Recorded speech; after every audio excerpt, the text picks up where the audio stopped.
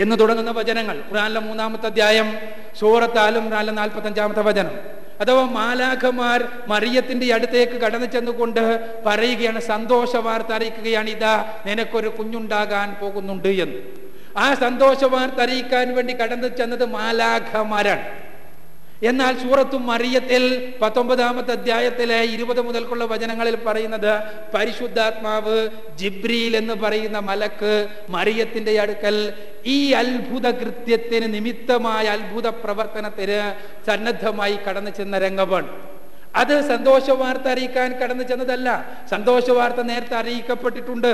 പിന്നീട് ജിബ്രീൽ എന്ന മലക്ക്, ഗബ്രിയേൽ എന്ന മാലാഖ, പരിശുദ്ധാത്മാവ് അവരുടെ അടുത്ത് കടന്നു ചെന്ന്, ഇതാ നിനക്ക് ഒരു കുഞ്ഞിനെ ദാനം ചെയ്യുവാൻ വേണ്ടി പടച്ച തമ്പുരാൻ പറഞ്ഞയച്ച ദൂതനാകുന്നു ഞാനെന്ന് പറയുന്ന രംഗമാണത്. യാതൊരു വൈരുദ്ധ്യവുമില്ല. ഒന്നാമത്തേത് സന്തോഷ വാർത്ത അറിയിക്കാൻ കടന്നു ചെന്ന മാലാഖമാർ, പിന്നീട് പരിശുദ്ധാത്മാവ് ഒറ്റയ്ക്ക് ചെന്നുകൊണ്ട് ഈ അതിനാവശ്യമായ അത്ഭുത കൃത്യം നടപ്പാക്കാൻ വേണ്ടി കടന്നു ചെല്ലുന്നതാണ്.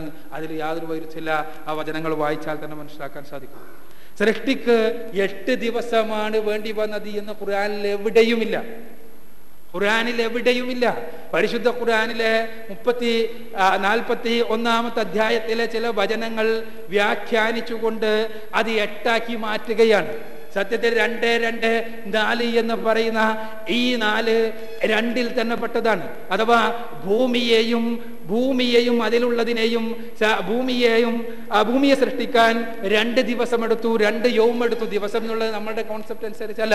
2 യൗമെടുത്തു എന്ന് പറയുകയും ഭൂമിയും അതിലുള്ളതും സൃഷ്ടിക്കാൻ 4 ദിവസമെടുത്തു എന്ന് പറയുകയും ചെയ്യുമ്പോൾ ആ 2 ദിവസം ഈ 4 ദിവസത്തിൽ ഉൾക്കൊള്ളുന്നു എന്ന് മനസ്സിലാക്കാൻ അസാമാന്യമായ വിജ്ഞാനമൊന്നും ആവശ്യമില്ല. അത് ആ 4ഉം 2ഉം വേറെ വേറെയാക്കി പറഞ്ഞ 2 വചനങ്ങൾ എടുത്ത് കൂട്ടിയിട്ട് ഖുർആനിൽ 8 ദിവസം 8 യൗമ് കൊണ്ടാണ് സൃഷ്ടി നടന്നത് എന്ന് പറയുന്നു എന്ന് വരുത്തി തീർക്കാൻ വേണ്ടി ആൻസറിംഗ് ഇസ്ലാമിന്റെ ടീം ശ്രമിക്കുന്നു എന്നല്ലാതെ അതിൽ യാതൊരു അർത്ഥവുമില്ല. അങ്ങനെ ഖുർആനിൽ എവിടെയും പറഞ്ഞിട്ടില്ല. ഇതേപോലെയാണ് വിമർശനങ്ങളെല്ലാം എന്നുള്ളതാണ് വസ്തുത. അതാണ് എനിക്ക് ഒന്നാമതായി സൂചിപ്പിക്കുവാനുള്ളത്. ബഹുമാന്യനായ ഫാദറെ പോലെയുള്ള ആളുകൾ ഈ വിമർശനങ്ങൾ ഉന്നയിക്കുകയും ഉദ്ധരിക്കുകയും ആ കാര്യങ്ങൾക്ക് എന്ത് ഇസ്ലാമിൻ്റെ അടുത്ത് മറുപടിയുണ്ട് എന്ന് മനസ്സിലാക്കാൻ ശ്രമിക്കുകയും ചെയ്യണം ഇത്തരം വേദികളിൽ അല്ലെങ്കിൽ മറ്റു വേദികളിൽ എന്നാണ് എനിക്ക് വിനീതമായി സൂചിപ്പിക്കുവാനുള്ളത്. ഇസ്ലാമിലെ ദൈവ സങ്കല്പത്തെക്കുറിച്ച് പറയുമ്പോൾ ഒരിക്കലും തന്നെ ഇത് ബൈബിളിനെ താഴ്ത്തിക്കെട്ടുവാനും ഖുർആനിൻ്റെ ഒരു അജയ്യത സ്ഥാപിക്കുവാനും വേണ്ടിയുള്ള ഒരു വേദിയേ അല്ല. മറിച്ച് എന്തിനു വേണ്ടിയാണ്? ഇത് മനുഷ്യനെ സംബന്ധിച്ചിടത്തോളം അവന്റെ രക്ഷ എന്നത് പ്രവാചകന്മാരെ മുഴുവനും പറഞ്ഞ കാര്യമാണ്. ആ രക്ഷക്ക് യേശു ക്രിസ്തു പറഞ്ഞു. യേശു പറഞ്ഞതായി നമുക്ക് മത്തായിയുടെ സുവിശേഷം 7-ാം അധ്യായത്തിൽ 21-ാമത്തെ വചനത്തിൽ നമുക്ക് വായിക്കാൻ കഴിയും. എന്നോട് കർത്താവേ കർത്താവേ എന്ന് വിളിക്കുന്നവനേവനുമല്ല, സ്വർഗസ്ഥനായ എൻ്റെ പിതാവിൻ്റെ ദൈവത്തിൻ്റെ ഇഷ്ടം ചെയ്യുന്നവനത്രേ അവൻ്റെ രാജ്യമായ സ്വർഗരാജ്യത്തിൽ പ്രവേശിക്കുന്നത്. ദൈവം തമ്പുരാന്റെ ഇഷ്ടം ചെയ്യണം. ദൈവം തമ്പുരാന്റെ ഇഷ്ടം എന്താണ് എന്ന് നമുക്ക് മനസ്സിലാകുന്നത് എങ്ങനെയാണ്? ദൈവിക വെളിപാടുകളിൽ നിന്നാണ്. ആ ദൈവിക വെളിപാടുകളിൽ മാനുഷികമായ കരവിരുതുകൾ നടക്കുമ്പോൾ അത് പുരോഹിതന്മാരുടെ ഇഷ്ടമായി മാറുന്നു. ദൈവികമായ ഇഷ്ടത്തിന് പകരം നമ്മുടെ മുന്നിൽ വരുന്നത്. അതുകൊണ്ട് തന്നെയാണ് മുൻപുള്ള പ്രവാചകന്മാർ പോലും പുരോഹിതന്മാർക്കെതിരെ എഴുന്നേറ്റ് നിന്നുകൊണ്ട് വേദഗ്രന്ഥങ്ങളിൽ കൈകടത്തിയത് എടുത്തു പറഞ്ഞത്. ഇത് വെറുതെ പറയുന്നതല്ല. ജെറമ്യാ പ്രവാചകൻ, ജിരമ്യാവ് എന്റെ പുസ്തകത്തിലെ 8-ാം അധ്യായത്തിലെ 8-ാമത്തെ വചനം വായിച്ചു നോക്കുക. അന്ന് ജെറമ്യ പ്രവാചകൻ നിങ്ങൾ വേദഗ്രന്ഥം അനുസരിച്ച് ജീവിക്കണമെന്ന് പറഞ്ഞുകൊണ്ട് രംഗത്ത് വന്നപ്പോ അന്നത്തെ പുരോഹിതന്മാർ അദ്ദേഹത്തിനെതിരെ എഴുന്നേറ്റ് നിന്നുകൊണ്ട് പറഞ്ഞു, ഞങ്ങളാണ് അറിവുള്ളവർ, ഞങ്ങളാണ് ജ്ഞാനികൾ, ഞങ്ങളുടെ കയ്യിൽ ഇതാ മോശയുടെ വേദഗ്രന്ഥമുണ്ട് എന്ന് പറഞ്ഞ സമയത്ത് അദ്ദേഹം നൽകുന്ന മറുപടി ജെറമ്യാവിന്റെ പുസ്തകം 8-ാം അധ്യായത്തിൽ 8-ാമത്തെ വചനത്തിലുണ്ട്. ഞങ്ങൾ ജ്ഞാനികൾ, ഞങ്ങളുടെ കയ്യിൽ ന്യായപ്രമാണമുണ്ട് എന്ന് പറയാൻ നിങ്ങൾക്ക് എന്തവകാശം?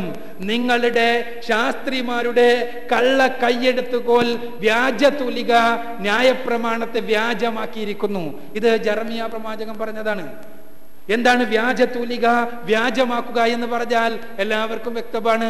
സ്വന്തം ശാസ്ത്രിമാർ തങ്ങളുടെ തൂലിക ഉപയോഗിച്ചുകൊണ്ട് ന്യായപ്രമാണത്തെ വ്യാജമാക്കി എന്ന് തന്നെ.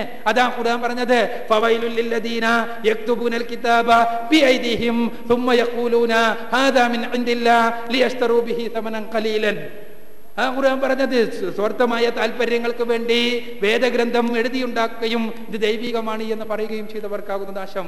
ബഹുമാന്യനായ ഫാദർ അദ്ദേഹം ഞാനിവിടെ പറഞ്ഞ വേദഗ്രന്ഥത്തിൽ കൈകടത്തലുകൾ നടന്നു എന്ന ആശയത്തെ വിമർശിക്കാൻ വേണ്ടി വെളിപാട് പുസ്തകത്തിലെ 22-ാം അധ്യായത്തിലെ 18-19 വചനങ്ങൾ എടുത്തുദ്ധരിക്കുകയുണ്ടായി. ഈ പുസ്തകത്തിൽ നിന്ന് ഒരു വള്ളിയോ പുള്ളിയോ ആരെങ്കിലും നീക്കം ചെയ്താൽ ഈ പുസ്തകത്തിൽ പറഞ്ഞ എല്ലാ ബാധകളും അവരിൽ കൂടും എന്നുള്ള വചനം തീർച്ചയായും വെളിപാട് പുസ്തകത്തിൽ അതുണ്ട്, സംശയമൊന്നുമില്ല. പക്ഷേ ആര് വെളിപാട് പുസ്തകം കേൾക്കാൻ? ഏത് കാലഘട്ടത്തിലും ബൈബിളിന്റെ പുസ്തകങ്ങളിൽ കൈകടത്തലുകൾ നടന്നിട്ടില്ല എന്ന് പറഞ്ഞാൽ അത് എത്രത്തോളം ശരിയാകും? ബഹുമാന്യനായ ഫാദർ ഇവിടെ സൂചിപ്പിക്കുകയുണ്ട്, യേശു ക്രിസ്തു പഴയ നിയമത്തിൽ നിന്ന് ഉദ്ധരിച്ചിട്ടുണ്ട്, തീർച്ചയായും ഉദ്ധരിച്ചിട്ടുണ്ട്. പക്ഷേ യേശുവിൻ്റെതായി ഉദ്ധരണികളായി എടുത്തു പറയുന്ന പല പുസ്തകങ്ങളും ഇന്ന് ലഭ്യമല്ല എന്നുള്ളതല്ലേ വസ്തുത. ആ പുസ്തകങ്ങൾ എവിടെ പോയി? നിങ്ങളെടുത്ത് പരിശോധിച്ചു നോക്കുക. മത്തായിയുടെ സുവിശേഷം 2-ാം അധ്യായത്തിൽ 23-ാമത്തെ വചനത്തിൽ അവൻ നസ്രായൻ എന്ന് വിളിക്കപ്പെടും എന്നുള്ള പ്രവചനത്തിന്റെ നിവർത്തീകരണത്തിന് വേണ്ടിയാണ് ഇത് സംഭവിച്ചത് എന്ന് കാണാൻ കഴിയും. പഴയ നിയമം മുഴുവൻ എടുത്ത് പരിശോധിച്ചു നോക്കുക. അവൻ നസ്രായൻ എന്ന് വിളിക്കപ്പെടും എന്ന ഒരു പ്രവചനം അവിടെ എവിടെയും കാണാൻ സാധ്യമല്ല. എന്നാൽ മത്തായി കളവ് പറഞ്ഞതാകാൻ സാധ്യതയുണ്ടോ? തീർച്ചയായും മത്തായി കളവ് പറഞ്ഞതല്ല. അന്ന് നിലവിലിരുന്ന, അന്ന് അവരെല്ലാവരും അംഗീകരിച്ചിരുന്ന ഏതോ ഒരു പുസ്തകത്തിൽ അതുണ്ടായിരുന്നു. ആ പുസ്തകം AD 325 നിക്യാ സുനഹദോസിനോടനുബന്ധിച്ച് കത്തിച്ചു കളഞ്ഞ പുസ്തകങ്ങളിൽ പെട്ടുപോയി. അതാണ് സംഭവിച്ചത്. ഇതേ രൂപത്തിൽ പലതും നമുക്ക് കാണാൻ സാധ്യമാണ്. പിന്നെ ഇപ്പോൾ എഴുതപ്പെട്ട, ഞാനിവിടെ പറഞ്ഞത് എന്താണ്, യേശു ക്രിസ്തുവിന് അവതരിപ്പിച്ച സുവിശേഷം കാണാതെയായി എന്നാണ്. എന്നാൽ എഴുതപ്പെട്ട സുവിശേഷങ്ങളിൽ പോലും കൈകടത്തലുകൾ നടന്നിട്ടില്ലേ? ബൈബിൾ പുതിയ ബഹുമാന്യനായ ഫാദർ ഉപയോഗിക്കുന്ന മലയാളത്തിലെ വരെയുള്ള പിൽക്കാലഘട്ടത്തിൽ കടത്തിക്കൂട്ടിയതാണ്. എന്തിനധികം ത്രിയേകത്വത്തെ സ്ഥാപിക്കാൻ വേണ്ടി ബഹുമാന്യനായ ഫാദർ ഒരുപാട് പഴയ നിയമത്തിലെ അഭിസംബോധന രീതിയെല്ലാം എടുത്തുദ്ധരിച്ചുകൊണ്ട് പ്രയാസപ്പെട്ടു. പക്ഷേ ഒരു 10-20 കൊല്ലങ്ങൾക്ക് മുൻപായിരുന്നുവെങ്കിൽ ഈ ത്രിയേകത്വത്തെ സ്ഥാപിക്കാൻ വേണ്ടി ബൈബിളിൽ തന്നെ വചനം ഉണ്ടായിരുന്നു. യോഹന്നാന്റെ 1-ാം ലേഖനത്തിലെ 5-ാം അധ്യായത്തിലെ 7-ാമത്തെ വചനം, സ്വർഗത്തിൽ സാക്ഷ്യം പറയുന്നവർ മൂവരാണ്, പിതാവ്, പുത്രൻ, പരിശുദ്ധാത്മാവ്, ഈ 3 പേരും ഒന്ന് തന്നെ എന്നുള്ള വചനം. ആ വചനം ഇന്നത്തെ ബൈബിളിൽ കാണാനില്ല. കാരണം എന്താണ്? അത് പിൽക്കാലഘട്ടത്തിൽ കടത്തിക്കൂട്ടിയതാണ് എന്ന് ഏറ്റവും പുതിയ കയ്യെഴുത്ത് രേഖകൾ ലഭിച്ചപ്പോൾ മനസ്സിലായി. അത് 14-ാം നൂറ്റാണ്ടിലാണ് കടത്തിക്കൂട്ടിയത് എന്നാണ്. 14-ാം നൂറ്റാണ്ടിൽ. അപ്പോൾ 14-ാം നൂറ്റാണ്ടിൽ പോലും ബൈബിൾ കൈയെഴുത്ത് രേഖകളിൽ കടത്തിക്കൂട്ടലുകൾ നടന്നിട്ടുണ്ട്. ഇപ്പോഴും കിങ് ജെയിംസ് വേർഷനിൽ ആ വചനമുണ്ട്. For there are 3 that bear record in heaven, the Father, the Word and Holy Ghost. These 3 are one. First Epistle of John, chapter 5, verse 7. ഇത് ഇപ്പോഴുള്ള ബൈബിളിലില്ല. എവിടെ പോയി? പഴയ ബൈബിളിലായിരുന്നു. അപ്പോ ഈ 14-ാം നൂറ്റാണ്ടിൽ പോലും കടത്തിക്കൂട്ടലുകൾ നടന്നിട്ടുണ്ട്.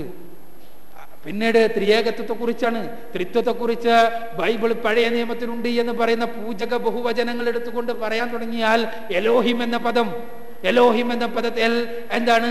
എലോ എന്നാൽ ദൈവം, ഇം എന്നത് ബഹുവചനം സൂചിപ്പിക്കുന്നതാണ്. അപ്പൊ ദൈവങ്ങൾ എന്ന് വരും. അങ്ങനെയാണെങ്കിൽ അത് പൂജക ബഹുവചനമല്ല, ദൈവത്തിന്റെ അസ്തിത്വത്തെ കാണിക്കുവാനാണെങ്കിൽ അത് 3 ദൈവങ്ങൾ എന്ന് തന്നെയാണ് വരിക, 3 വ്യക്തികൾ എന്ന് തന്നെയാണ് വരിക. അവിടെ ഏകത്വം ഇല്ലാതെയാകുന്നു. മാത്രവുമല്ല, ഇത് നൂറ്റാണ്ടുകളായി യഹൂദന്മാർ പാരായണം ചെയ്തുകൊണ്ടിരിക്കുന്ന ഗ്രന്ഥങ്ങളിലുള്ളതാണ്. യഹൂദന്മാരാരെങ്കിലും ഏകദൈവത്തിലുള്ള വ്യത്യസ്ത വ്യക്തിത്വങ്ങൾ ഈ വചനത്തിന്റെ അടിസ്ഥാനത്തിൽ മനസ്സിലാക്കിയിട്ടേയില്ല.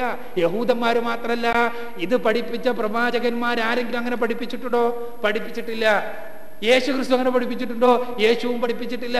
ത്രിയേകത്വം AD 325 ശേഷം മാത്രം ഉണ്ടായ ഒരാശയമാണ് എന്ന് ബഹുമാന്യനായ ഫാദർക്ക് തന്നെ അറിയാവുന്ന കാര്യമാണ്.